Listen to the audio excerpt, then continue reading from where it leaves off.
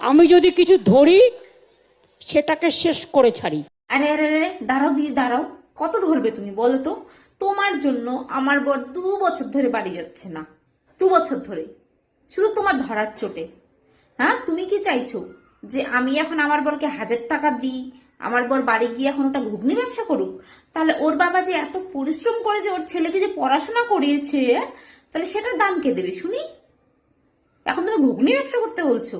তাহলে এত পড়াশোনা করেছে কেন? ওই ঘুগনি ব্যবসাটাই করতো শুরুতে। পশ্চিমবঙ্গে তো পুরো মূর্খ বানিয়ে রেখেই দিয়েছো। এখন কি কি চাইছো, যে শিক্ষিত গুলোকেও কি মূর্খ বানাবে? যেগুলো ধরার কথা ওগুলো তো ধরবে না কেন? যারা কাজ দিচ্ছে ওগুলো ধরো। তোমার জন্য তাহলে আমাদের বাইরে থাকতে হচ্ছে না। বাড়িতে কে মারা যাচ্ছে আমরা তাকে দেখতে পাচ্ছি না। কালকে যদি আমাদের নিজেদের কেউ মারা যায়, নিজেদের, আমার জামাইবাবু মারা গেছে, আমি যেতে পারলাম না, আমার দিদির পাশে থাকতে পারলাম না, শুধু তোমার জন্য।